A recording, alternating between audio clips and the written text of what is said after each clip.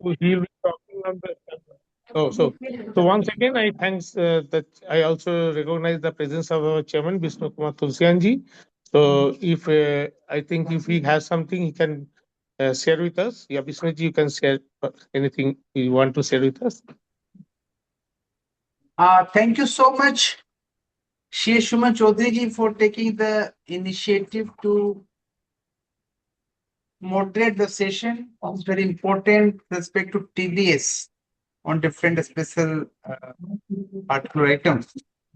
And before that, I just want to give you New Year's greetings in advance to all of you, and also want to convey that of your support in the recent held Golden Jubilee Conference, which was iconic, and we could witness the turnout for more than 5,200 delegates, special guests, and other types of persons. And we also got United Nations certificate with respect to carbon credit, and we had more than 96 speakers at a single platform. So it became talk of the town, talk of the India basically, and the success goes to all of you. Be Suman ji, be Mukherjee Saab, be Chimpu ji, be many people have joined the program today. In this pretext, I want to say that let us be together, take a vow to support our local people, local talent, local industries, local culture on the Indian national level, so that this will be the role of ERC in my personal view. So wherever you are, always be happy that we are talent pool in Calcutta, in West Bengal, and we're not less than anybody else in India. So this is the pride with us. I also want to say that we are going to organize Maa Tujhe Salam on 23rd of January as a tribute to our Netaji, our hero of the land, in which how chartered accountant can contribute to the society and the nation. And this act is very unique of nature, and nobody has done till now in the Eastern India, in the ICAI and the India level basically. And this is time where chartered accountant will demonstrate before the society, before the nation, that we are the financial army and we always stood with them. So this is the play. You must join. You also must convey this information to your friends, circles, your spouse, your children, and join with hands. It will be very good, important topic to all of you. And with these remarks, thanks a lot once again.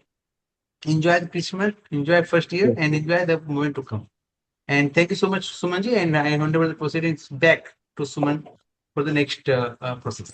Thank you so much. Thank you, Chairman. Thank you, Vishnuji, for the initiative we have taken as a Golden Charcha, which has already targeting 100 of this type of Charcha, which is on the date of Monday, Tuesday, and Monday, Wednesday, and Friday. So on this initiative, we have our new speaker with us. He is Vishnu Mukherjee. He is an FCA and is a practicing since 13 years. He has graduated with a BTech in electrical engineering. During the course of his practice, he has served as a Howrah Municipal Corporation nominating member of Municipal Accounts Committee from 2014 to 2017 and the member of the Eastern Region MSME Subcommittee for the Constitution of Indian Institute CIA from 2018 to 2023. So I think we all know that it's a tedious provisions for the NRIs is the topic today. So I will now ask Jisnu to carry forward these proceedings from now on. Thank you, Sumanta, for a warm welcome. And at the outset, I would first like to thank Vishnu Tulsianji, our honorable chairman, for giving me a chance to participate in this Golden Charcha. We all have come to know of this, and it is a very, very successful program that he has organized, and it is a brainchild as well. So I'd like to thank the whole EIRC team for their support and our peers who are currently present. And CA Chimpulalji, thank you. And so I shall start deliberation on this topic with all of your permissions. It is a very vast topic, and I'll try to figure out in a nutshell with some key highlights And please forgive me wherever I may be wrong. Thank you. So our today's subject will be TDS on purchase of property from NRIs by a resident Indian. As we all know, when a resident Indian purchases a property from another resident, be it an individual, be it a company or developer, whatever, so we are guided by section 194 IA, where we have to deduct tax at the rate 1% above if the property value is above 50 lakh. So,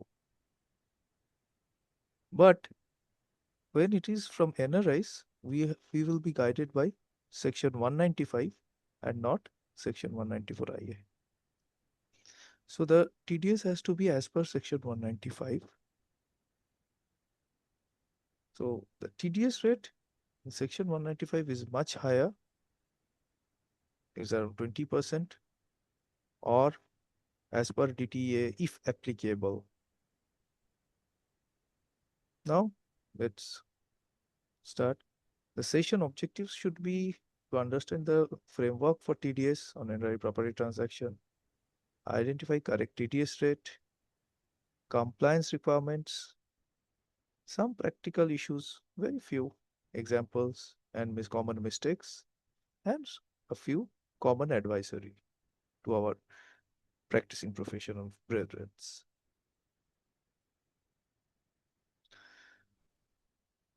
So here we should note that section 195 covers any sum payable chargeable to tax in India on the hands of an NRI. That means this 50 lakh threshold will not be applicable when a resident Indian purchases a property from an NRI. So even if suppose the property price is 30 lakhs, you will have to deduct TDS under section 195. That is very peculiar. So how will you, firstly, you have to decide and verify whether the person is an NRI in that particular year. Here, residential status will be as per Income Tax Act specifically. And the status, whether he was a resident in that particular year, has to be checked on year-to-year basis. As a professional, you should try to collect a copy of passport or travel history or declaration. If these are not available, then a declaration from them, signed declaration rather, from them that yes, they were an NRI or a non-resident in the year of sale. Because wrong classification will lead to totally a wrong compliance, which may come up with other legal issues and taxation issues on a later date.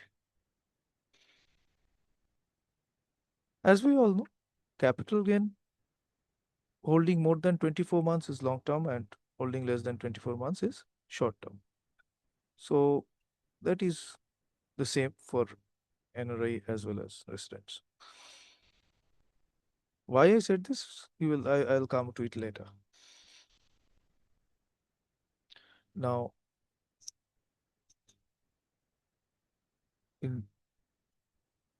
under section 195, we have to remember that the TDS rate will be 20% plus surcharge if applicable, plus health and higher education cess of 4%.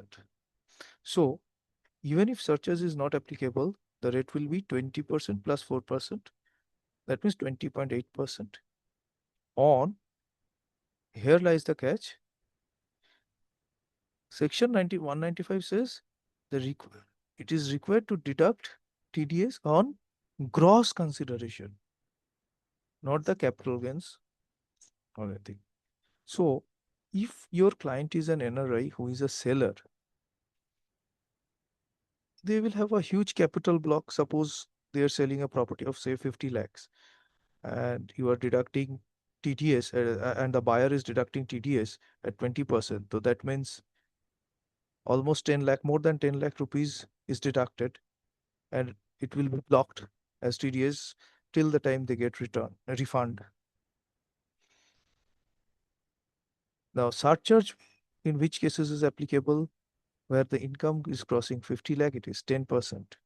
So added to it, the surcharge, suppose the property is between say 50 lakh to 1 crore, then the TDS, effective TDS will be 20% plus 10% plus 4%. That means 23.2% on the sale value of the property. That means the buyer will deduct 23.2% TDS on the total sale price of the property. Likewise, if it is above 1 crore, then the surcharge will go up to 15% and so on and so forth. So it is always better so that we apply for a lower deduction certificate under section 197 in form 13. Nowadays it is online and we can avail the benefit of that. Now the timing of, I will come to that later also. Now, when should the TDS be deducted?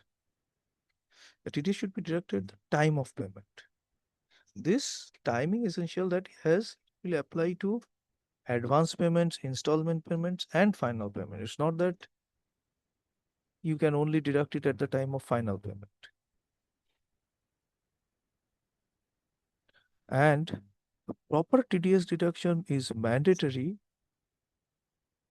before the remittance to the foreign bank account or account of the NRI is done. Because if proper TDS is not done, or they cannot remit it to their home country or their bank account.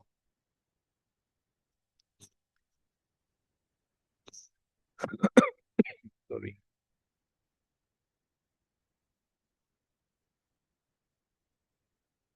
Just a minute. Now,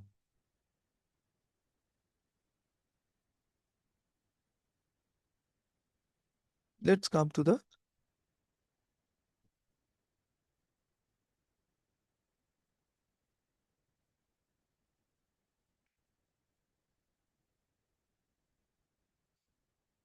buyer's side. Suppose your client is the buyer. Then what happens? They will have to obtain a TAN number. If they already have a TAN number, then okay. Otherwise, they will have to obtain a TAN number. Now, further, as I previously said, if you are on the buyer's behalf, you are professionally engaged on the buyer's behalf, then you have to check whether the NRI is actually an NRI in the year of sale, was actually an NRI. You have to obtain passport copy, the resident proof or a declaration.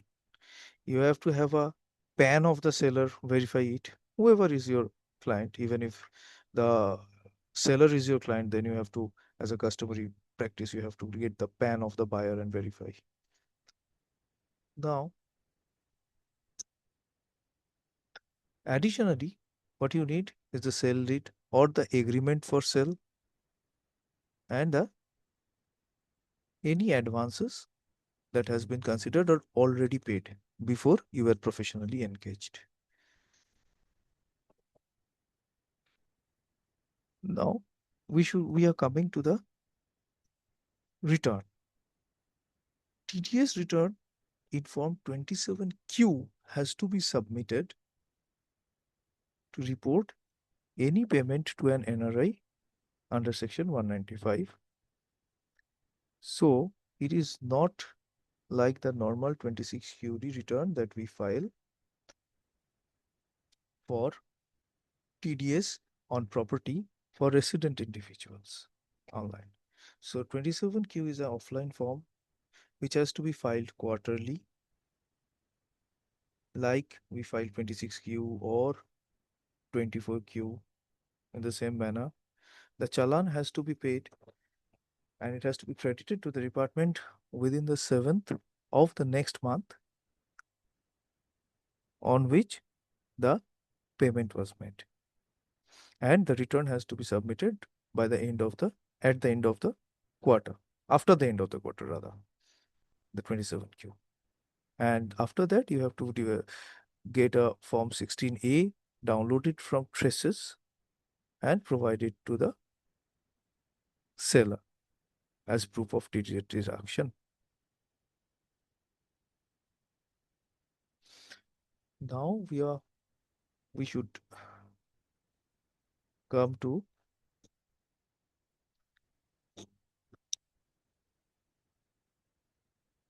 how to fill up the 27Q.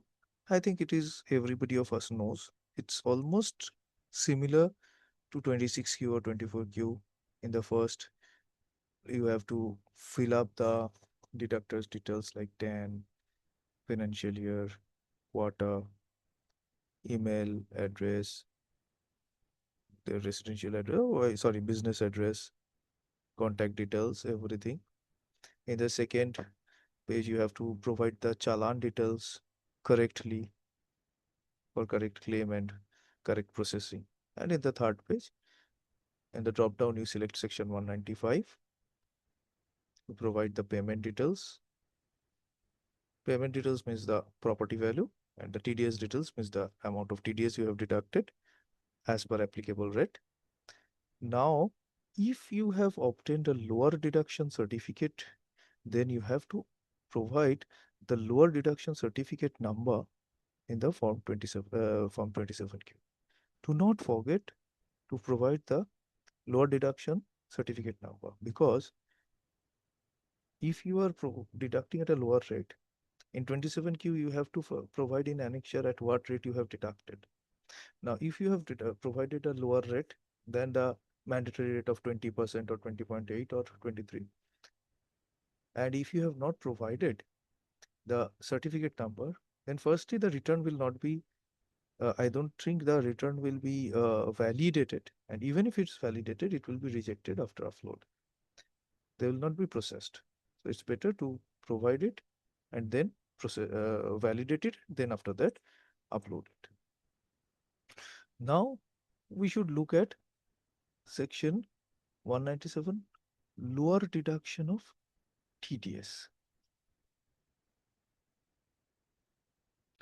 This has to be applied by the seller, not the buyer. Remember this, the seller will apply for the lower deduction certificate, and for that they have to provide certain documents, like which I am coming one by one.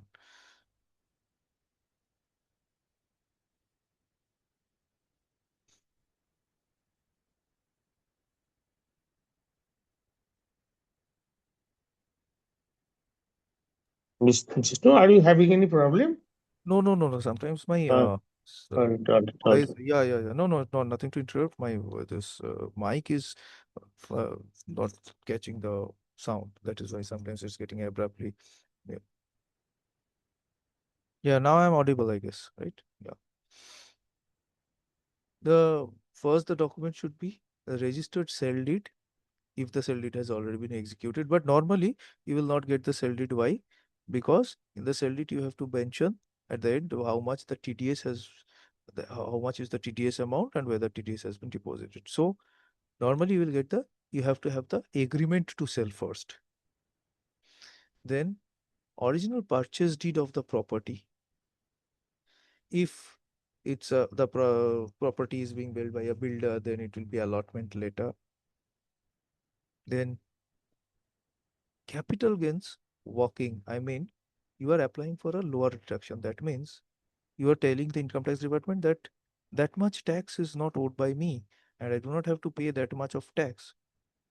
So you have to have a detailed capital gain working supported, preferably you you have to give all factual income figures for the year, any other incomes, including, say, suppose they have a rental income, they have bank interest, FD interest, SB interest, or any share capital gains or any other income. With full details, you have to prepare the capital gains working and provide it as a supporting document. Here, of course, while calculating capital gains, you will take the indexed cost or 12.5% and see whichever is beneficial and apply that.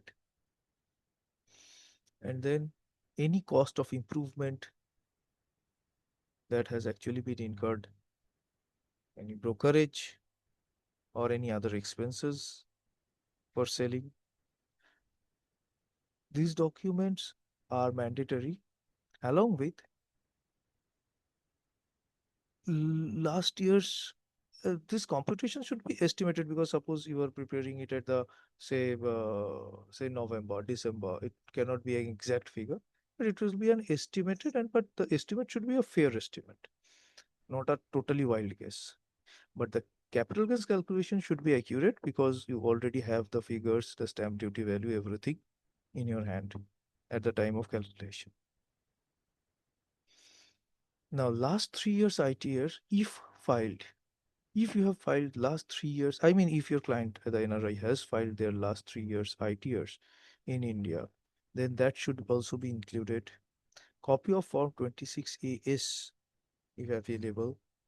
I mean, if there is any TDS deduction, then that also has to be attached.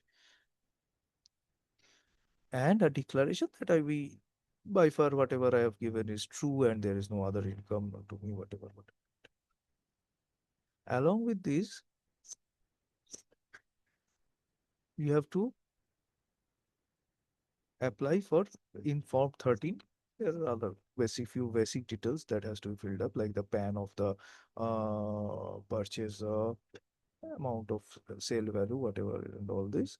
And with that, these attachments you have to apply in Form 13 online by digitally signing, or there is, I think, OTP verification, other OTP verification and all.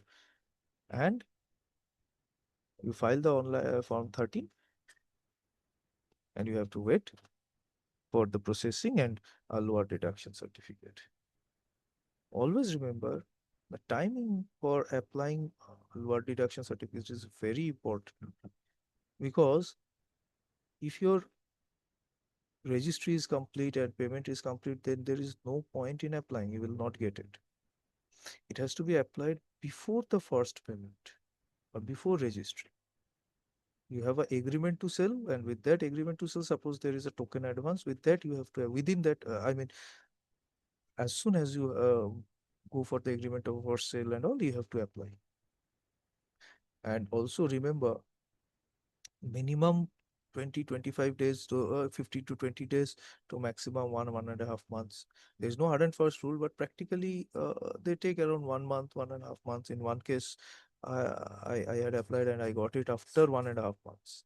I had to follow up physically, go to the department and ask, then only I got it. So this takes time. And normally these deals, when the agreement is done and everything, they happen after that, they both buyer and seller want to complete it fast. They don't want to wait for that much. So this thing has to be considered before applying for lower deduction. And after you get the 27Q, you have to, I sorry, I'm very sorry, I'm extremely sorry. After you get the lower deduction certificate, you have to provide it to the buyer. I mean, the seller has to provide it to the buyer, because the buyer has to deduct TDS at exactly the same rate. Suppose it's given 4.10%, then the buyer has to deduct at 4.10 only. Cannot deduct at 4% or at his will at 5%. Exactly the same rate as has been provided and exactly on the same amount. Because I'm just giving you an example of a peculiar case I had. I was engaged by the seller and NRI for the lower deduction certificate. And after getting that, they were selling a property for around 85 lakhs, I guess. Yes, 85 lakhs. So they applied for the in a lower deduction, and when it came, the tax rate was mentioned some 3.45% if I'm not mistaken, 3.45% or something. With a peculiarity, it was mentioned on 75 lakhs, not on the total 85 lakhs. That means on 75 lakhs, the buyer had to deduct on 3.45%, that the rate that was provided in the certificate, and on the balance, I mean balance 10 lakh, 75 by minus 85, the actual sale price, they had to deduct at the normal specified rate. That means 20% plus 4% cess. This is very peculiar, but I had only seen one instance. But as I have seen, I will say maybe these things happen, and we have to take note of that. Though it is the headache of the buyer, but again, if the buyer has approached you for this assignment, then you have to keep it in mind. You have to check the certificate, whether the full amount has been given in the lower deduction or a specific amount, what the percentage is, and like this, and then go on. And with that, then you have to file the 27Q. And in the annex, then, yeah, in the annex, one thing I forgot to tell. Then suppose if this type of things happen, what happens? In the annexure portion, in one part, you have to, maybe you can pay in the same challan because the section is same 195. But what happens? In the annexure, you have to write it in 2 lines. For the same challan, you have to create 2 lines. In one line, you have to write you are deducting for 75 lakhs at that applicable rate, like 3.45% or whatever, and give the certificate number. And on the next line, the same SSC, same PAN you are providing, but the amount paid you are writing as the balance amount, suppose the 10 lakh rupees, and the rate will be the standard rate, that is 20.8%, 20% plus 4% cess, whatever it is. And if there is a surcharge, then add to that surcharge. And there you don't have to mention the certificate number, because that portion is not covered under the lower deduction. So that portion is normal. So in the annexure, remember, do not club those two and provide, because there then neither you will be able to provide the amount, specific amount, nor the rate.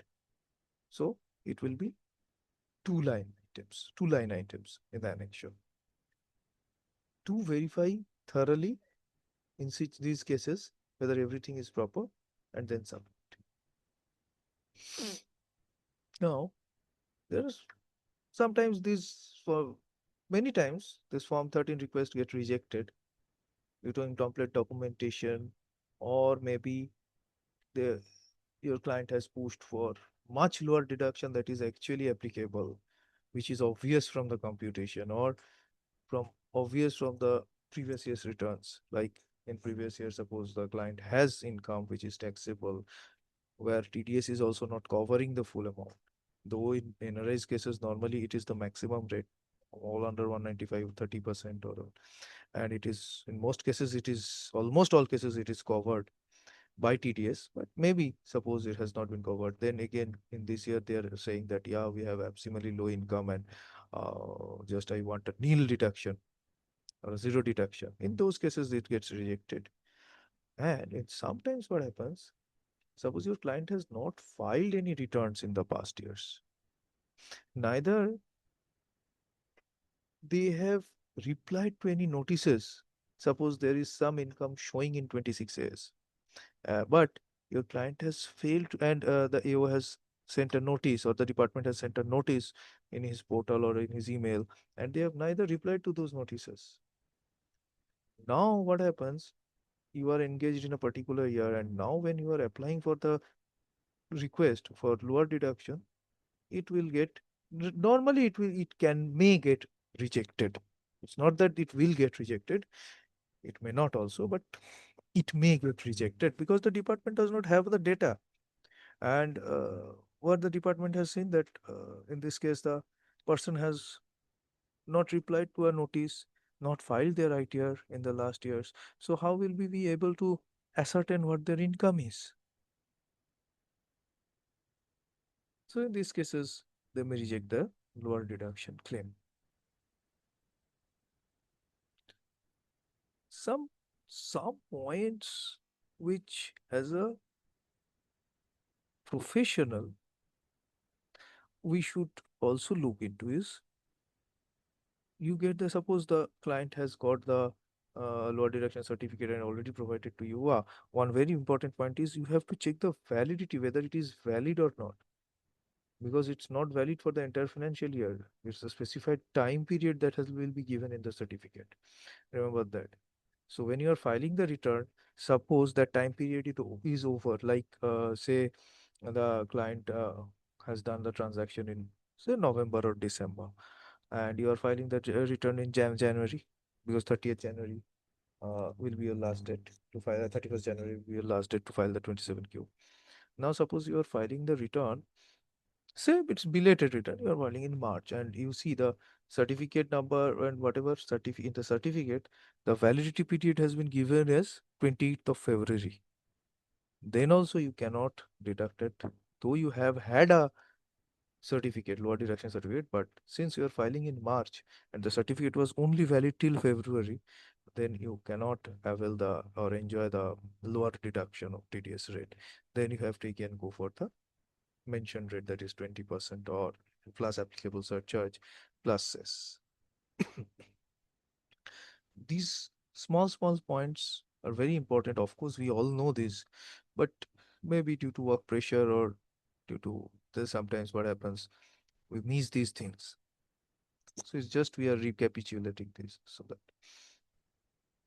because what happens is since the amount involved is big, any default and the buyer his onus becomes comes on the buyer, because they are an NRI, they're taking the money abroad out of India.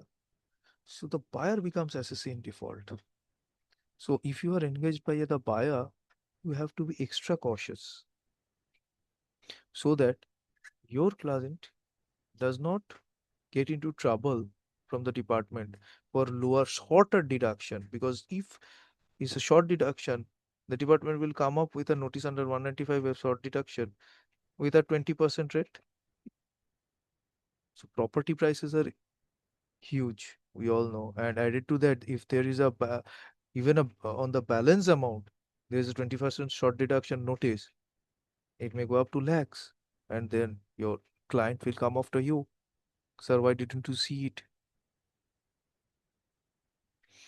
So these things you have to be extra cautious. Do not rush to file the 27Q unless you have all the documents. Most importantly, the person claiming NRI, their residency status, everything. If you don't have them, then don't rush. Get all the papers, then only go for it. And if some things are not available, and suppose the lower deduction is not available, then always advise whoever it is, buyer or seller, whoever is your client, go for addition, go for the maximum TDS rate, then file your return and you will have to claim refund.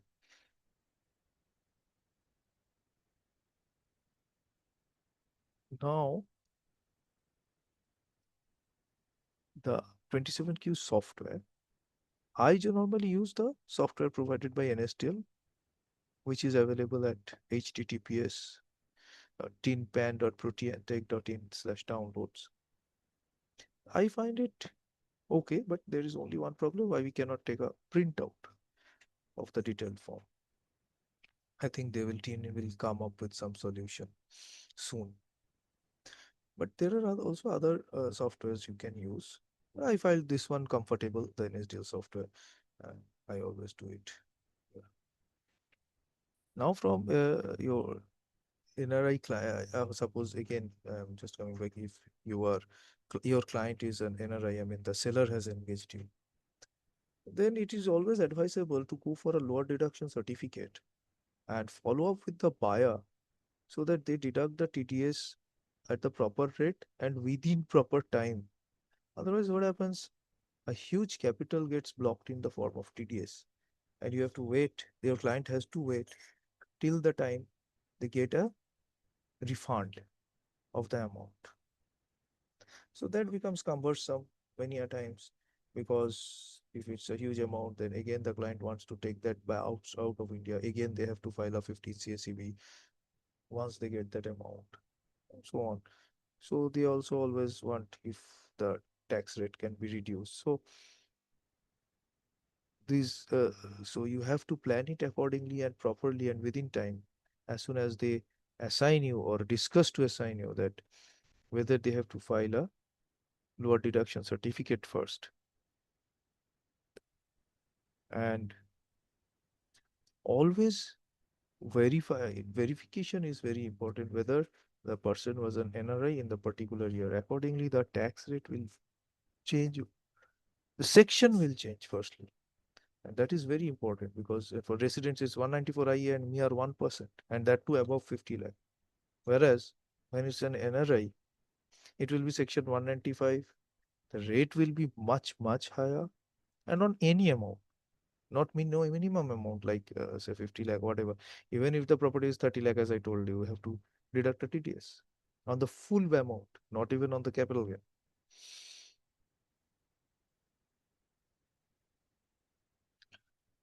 Now, let us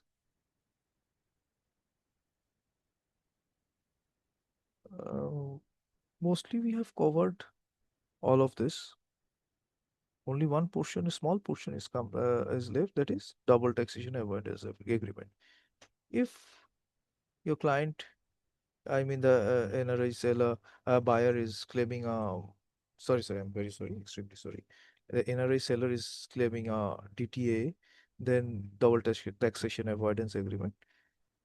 Then they have to provide their tax residency certificate, DTA working, and beneficial rate justification. They have to file Form 10F with the income tax that they are claiming DTA benefit. Certain declarations of beneficial, some declarations with the department. Frankly, I have not come across any instance where a client has requested for DTA benefit. They have pushed for DTA benefit. Most of the time, it's either some people have said, no, you deduct at flat rate. I don't want a lower deduction, or they have gone for a lower deduction certificate and they have gone with it. Always remember that while filing this lower deduction certificate, all you have to exhaustively add all the documents which I have said, and I'll again brief, as you may be all knowing, but still I will just brief just for sake that estimated total income, the estimate should be feasible one, rational one, based on earlier income. The capital gains calculation should be matched with supporting documents like purchase value if available, or valuation was on 1 for 2001 if the purchase was before that. Then sell price, since the agreement of sale is there, you can get the sell price from there, or is an additional document you have that the SVA value. You ask your client to collect it and then provide it. SVA value as a supporting document. Then last 3 years ITR. Normally the department says only 1 year ITR, but it's always advisable to at least add to 3 years, because the department also needs a base to verify, yes, this person is actually, this much of TDS is not justified on this person. So we should validly give them. Then the Form 26 says, and as I told you, the purchase deed or whatever agreement for sale, these all has to be scanned and attached. Okay. But in cases where no past returns have been filed, it is very difficult. It's not always that we don't get, but it's very difficult to get a lower deduction certificate.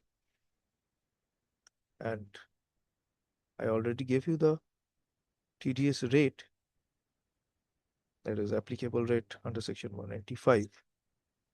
Section 195 does not say specifically for this property, it is for any payment covered to NRI, and that obviously includes property sold by NRIs and when a residential Indian is purchasing it.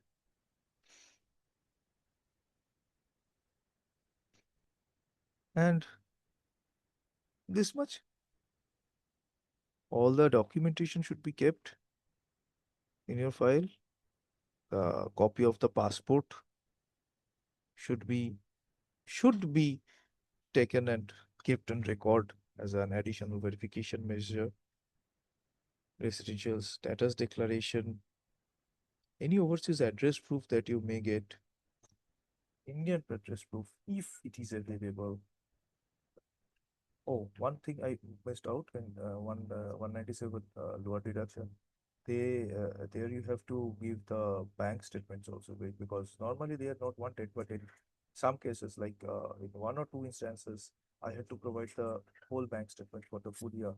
It was somewhere around January I had applied, and they had asked for the whole bank statement from April to the last month to verify the claim that lower deduction is beneficial to the assessee. Always verify the PAN cards before going for this, because if wrong, just one letter or one number is wrong, suppose they have written it in a piece of paper, the PAN number, or on a WhatsApp message or whatever, even if email, I sent you, and suppose one letter or one number is wrong, unnecessarily you have to go for rectification of 27Q, and don't take the trouble, just insist on getting a scanned copy of the or photocopy of the PAN card and keep it in record for minimizing error. Fill up the details of the challan properly, so that, and while paying the challan, obviously, the assessment year, section, amount has to be verified properly again and again, and so that we can minimize scope of any error. With this, I think I have tried to cover the aspects. Sumanda? Sumanda, are you available? Hello? Sumanji?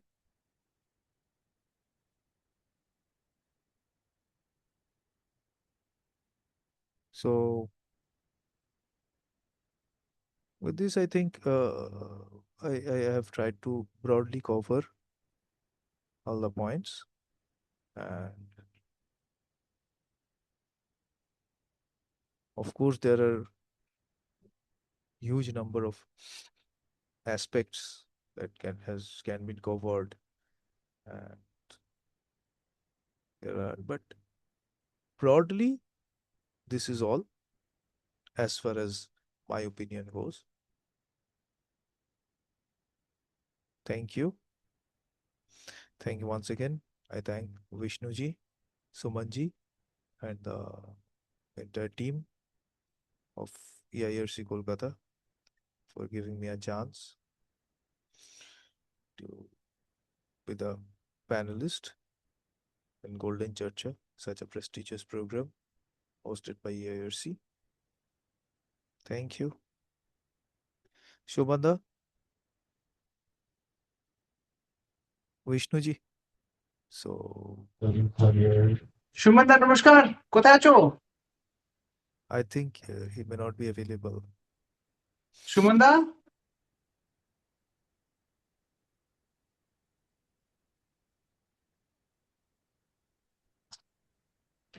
Now the house is open to the audience, to the participants. If they want any question to be asked from our learner eminent speaker, Jishnudeb Sirji, please raise your hands. He's a very prolific speaker, very knowledgeable speaker, so don't miss his. You got this opportunity to talk to him. So please, if you have any question, please ask him.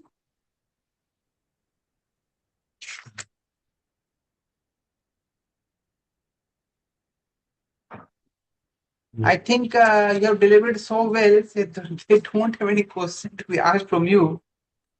So thanks for your deliberation in such a lucid manner and such a simple manner that they understood the things very well. And thanks for coming. Thanks for supporting the initiatives of EIRC. I'm happy that in my chairmanship, you are one of my well-wisher and my supporter for the purpose of any initiatives I took in the EIRC. You always stood behind me. So Yes, thanks, sir. Jishnu bhai. Thanks Sir, for I'm always support. with you. Always with you, sir. Ah. In whatever way, small way I can help, sir. I'm Yes, always yes. there. You're always with us. Very glad for that. So Thank thank you. you, Mukherjee sir, for coming. Thanks, Suman Chaudhury, for coordination and all the participants who joined us to learn this new horizon of this particular topic. Thanks a lot and best of luck and happy new year in advance to you. Thank you, sir. Happy New Year. Thanks a lot.